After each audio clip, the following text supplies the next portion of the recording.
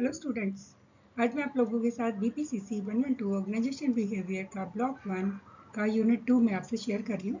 इसकी और भी बहुत सारी मैंने वीडियोस पहले आप लोगों के साथ शेयर किया अलग अलग सब्जेक्ट्स की। तो मेरे को ऐसा लगता है कि ये शायद आपको बहुत आपके लिए हेल्पफुल रहेगी और इसमें मैंने कुछ क्वेश्चंस के आंसर्स भी दिए हैं जो आपको लर्न करने में थोड़ा ईजी रहेगा और उसमें कुछ इंपॉर्टेंट पॉइंट्स भी मैंने बताए हैं। तो आप मेरी मेल आईडी पे अगर कोई प्रॉब्लम आती है तो आप यहाँ पे मेल भी कर सकते हैं। टॉपिक्स टू बी कवर्ड में आपका रहेगा introduction, what is organization, goal of organization. इसमें आपका गोल ऑफ ऑर्गेनाइजेशन इंपॉर्टेंट है। Organization behaviour in Indian context, importance of organization behaviour, contemporary issues and challenges, ये भी आपका टॉपिक इंपॉर्टेंट है। उसके बाद इंपॉर्टेंट टॉपिक्स मैंने आपको इसमें मैं लास्ट स्लाइड में आपको नोट करवा किए हैं मैंने, और एंड में आपका होगा इंट्रोडक्शन में। इस सेशन में जो हम डिस्कस करने वाले हैं goal of organization behaviour, and second आपका रहेगा identify 3 phases in development of OB in India. Next, critically examine the importance of organization behaviour, जो कि आप देख रहे हैं first of what is an organization. अब ऑर्गेनाइजेशन में आपका जो रहेगा organization as a artefact. Artefact में ये जो संगठन होते हैं ना, ये मानव निर्मित संस्थाएं होती हैं, प्राकृतिक प्राणी नहीं होते। सेकंड जो पॉइंट इसका आपका रहेगा गोल डायरेक्टेड। गोल डायरेक्टेड जिसमें जितनी भी ये ऑर्गेनाइजेशंस होती हैं विशिष्ट उद्देश्यों की पूर्ति करती हैं। हालांकि उनके भीतर जो हर कोई इन जो लक्ष्य होते हैं इनको साझा करते हैं, समझते नहीं हैं। नेक्स्ट पॉइंट आपका रहेगा स्ट्रक्चर्ड एक्टिविटी। स्ट्रक्चर्ड एक्टिविटी में जो संगठन में 2 या 2 से अधिक लोग होते हैं और इसमें उन्हें सामाजिक संरचना बनाते हैं ये। नेक्स्ट आपका रहेगा सिक्योर्ड एक्टिविटी। सिक्योर्ड एक्टिविटी में संगठन लक्ष्यों को प्राप्त करने और उनको संरक्षित करने में जो समन्वित मानवीय गतिविधियों की आवश्यकता इसमें नहीं होती है। नेक्स्ट आपका नॉर्मल बाउंड्रीज। इसकी पहचान संगठनों की, इसकी अपनी सीमाएं होती हैं और हालांकि ये बाहरी वातावरण के साथ थोड़ा एक एनवायरनमेंट के अकॉर्डिंग बातचीत भी करते हैं।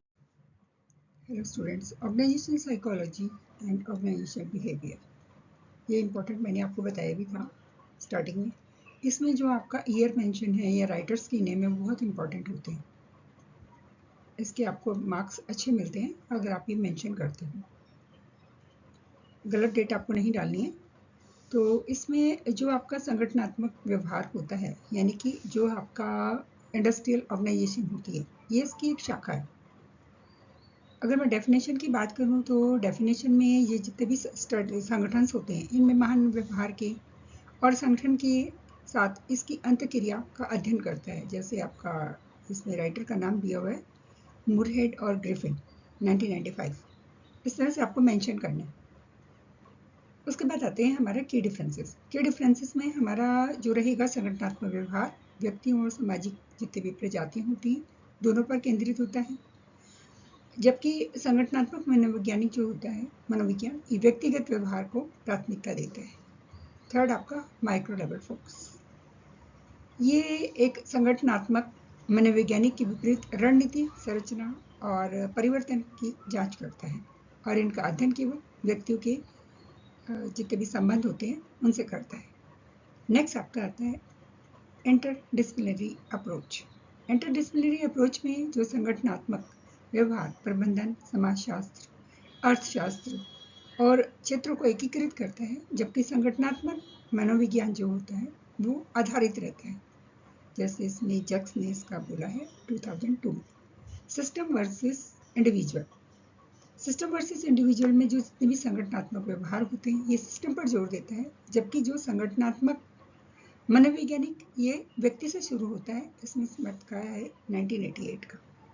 उसके बाद आता है हमारा प्रैक्टिकल ओवरलैप। प्रैक्टिकल ओवरलैप में जितने भी अंतर के बावजूद दोनों क्षेत्रों में वास्तविक जितनी भी प्रक्रिया होती है उसकी सेटिंग्स में समान भूमिका ये निभाते हैं।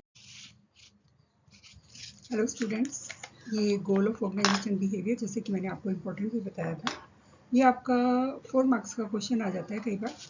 तो इसमें ये मैंने शॉर्ट फॉर्म में थोड़ा सा दिया है, इसको आप नंबर के अकॉर्डिंग एक्सप्लेन भी कर सकते हो।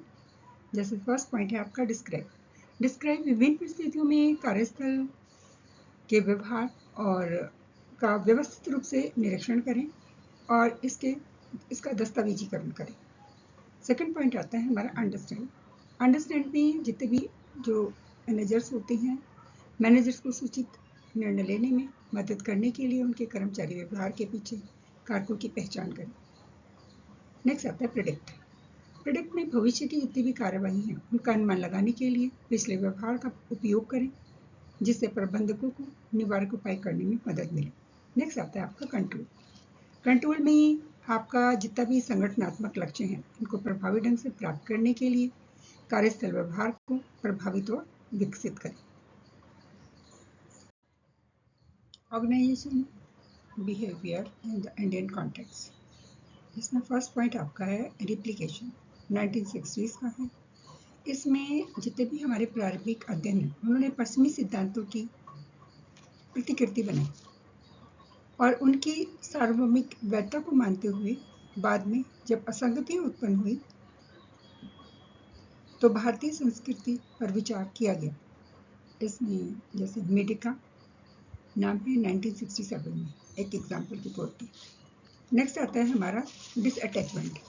इंडियन स्कॉलर्स जितने भी थे उन्होंने एक पश्चिमी सिद्धांत पर सवाल उठाए, क्योंकि वे भारतीय कार्य संस्कृति के साथ तालमेल बिठाने में विफल रहे।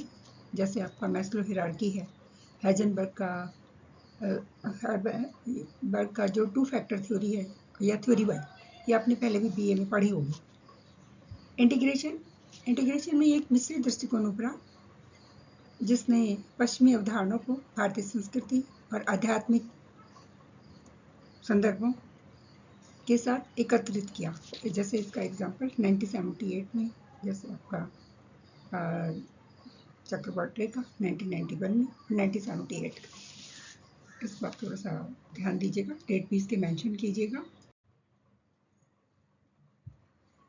इंपॉर्टेंस ऑफ ऑर्गेनाइजेशन बिहेवियर, इसमें इसके कुछ पॉइंट्स हैं, इसको आप थोड़ा ज़्यादा एक्सप्लेन भी बुक के थ्रू कर सकते हो। मैंने कुछ शॉर्ट पॉइंट बनाए हैं। फर्स्ट आपका रहेगा adapting to change. Adapting to change में जितने भी संगठन होते हैं उनको गतिशील वातावरण में नेविगेट करने, स्थिरता और परिवर्तन को संतुलित करने में ये मदद करता है। नेक्स्ट आपका आता है understanding human behaviour. Understanding human behaviour में ये जितने भी प्रबंधक होते हैं उनको सूचित करने, निर्णय लेने और प्रभावी ढंग से नेतृत्व करने में ये सक्षम बनाता है। इसमें कुछ कीज दी हुई हैं नेल्सन और क्विक की 2003 की।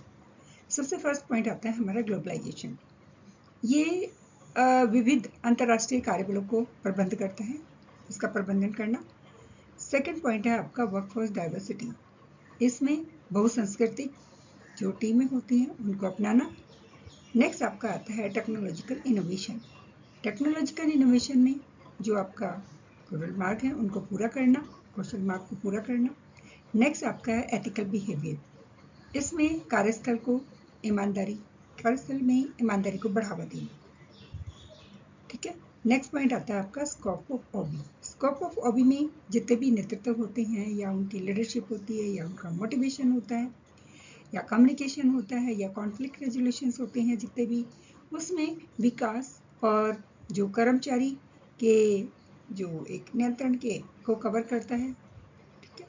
नेक्स्ट आता है आपका relevance beyond work.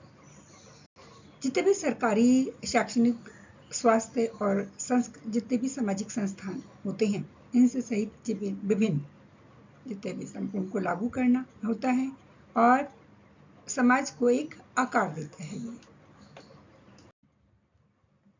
Contemporary issues and challenges, ये मैंने आपको इम्पोर्टेंट भी बताया था और आप मार्क्स के अकॉर्डिंग इसको थोड़ा एक्सप्लेन भी ज़्यादा कर सकते हो। मैंने शॉर्ट फॉर्म में दिया है, तभी लिखोगे तो भी चलेगा। Gender discrimination and sexual harassment. महिलाओं को अभी भी जो लीडरशिप जो आपका उसका रोल होता है उसमें कई प्रॉब्लम्स को फेस करना पड़ता है, बहुत सारे बैरियर्स उनके सामने आते हैं। सेक्सुअल हैरेसमेंट एक गंभीर चिंता का विषय बना हुआ है जिसके लिए कानूनी संज्ञानात्मक जवाबदेही की आवश्यकता है। सेकंड पॉइंट आता है हमारा quality improvement and total quality management, TQM से इसको शो कर सकते हैं। इसका एक छोटा सा क्वेश्चन भी आपका आ सकता है, TQM। ऑर्गेनाइजेशन जितनी भी होती हैं इसमें जो कर्मचारी की भागीदारी में सुधार करके जितने भी ग्राहक हैं उनकी संतुष्टि को लगातार बनाए रखना, ये इसकी TQM की रिस्पॉन्सिबिलिटी होती है। नेक्स्ट आता है आपका स्किल्स डेवलपमेंट, कर्मचारियों की टेक्निक और संरचनात्मक परिवर्तनों के अनुकूल होने के लिए निरंतर परीक्षण की आवश्यकता होती है। संगठनों को प्रभावी परीक्षण और कार्यक्रमों की योजना बनानी चाहिए। नेक्स्ट आपका आता है वर्कफोर्स डाइवर्सिटी। इसमें जितने भी संगठनात्मक मानदंड होते हैं उनसे समझौता किए बिना समावेशिता बनाए रखते हुए विभिन्न सांस्कृतिक जितने भी पृष्ठभूमि होती है इससे कर्मचारियों का प्रबंधन करना एक चैलेंज है। नेक्स्ट पॉइंट आता है ग्लोबलाइजेशन। ग्लोबलाइजेशन में जितनी भी मल्टीनेशनल कंपनी होती हैं इनकी अलग अलग स्थानों, संस्कृति और जलवायु में कर्मचारियों के प्रबंधन में चुनौतियों का सामना करना पड़ता है। नेक्स्ट पॉइंट आता है एम्प्लॉय एम्पावरमेंट। इसमें शक्ति का विकेंद्रीकरण उत्पादकता को बढ़ावा देता है, लेकिन कार्यशैली में अंतर के कारण संघर्षों को जन्म भी दे सकता है। Next point ethical dilemmas. सूचना लीक और सामाजिक आलस्य जैसे अनैतिक प्रथाओं को रोकना संगठनात्मक अखंडता को बनाए रखने के लिए बहुत ही इम्पोर्टेंट है। चेंज मैनेजमेंट, इसमें संगठनों की गतिशील व्यावसायिक वातावरण में जीवित रहने के लिए लगातार नवाचार करना और प्रतिस्पर्धा हमेशा बनी रहनी चाहिए। वर्क लाइफ बैलेंस की मैं बात करूं तो जितने भी नियोक्ता होते हैं उनकी व्यावसायिक आवश्यकताओं को संतुलित करने और इसकी लचीली कार्य व्यवस्था, मुआवजा और अवकाश लाभ प्रदान करने की आवश्यकता होती है। नेक्स्ट पॉइंट जो हमारा आता है वो आता है डिजिटल ट्रांसफॉर्मेशन। डिजिटल ट्रांसफॉर्मेशन में जितने भी संगठन होते हैं संगठनों के डिजिटल संचालन में बदलाव करना चाहिए और इंटरनेट इंफ्रास्ट्रक्चर को सुनिश्चित करना चाहिए और कर्मचारियों को डिजिटल योग्यता के लिए ट्रेनिंग भी देनी चाहिए। स्टूडेंट्स, इसमें से जो इम्पोर्टेंट टॉपिक है organizational behaviour in Indian context, contemporary issues and challenges, ये इम्पोर्टेंट टॉपिक है, इस पर थोड़ा फोकस करिएगा जो आपके एग्जाम के लिए थोड़ा बेनिफिट दे सकते हैं। हेलो स्टूडेंट, लास्ट में है समरी।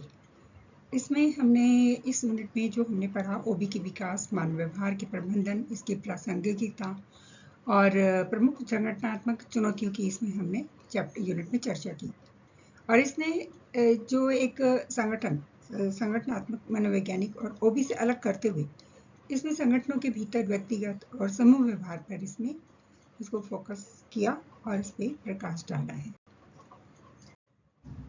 हेलो स्टूडेंट्स, मैंने इस वीडियो में ज़्यादा से ज़्यादा आपको इम्पोर्टेंट पॉइंट बताए हैं जो आपके एग्ज़ाम के लिए आपको बेनिफिट देंगे।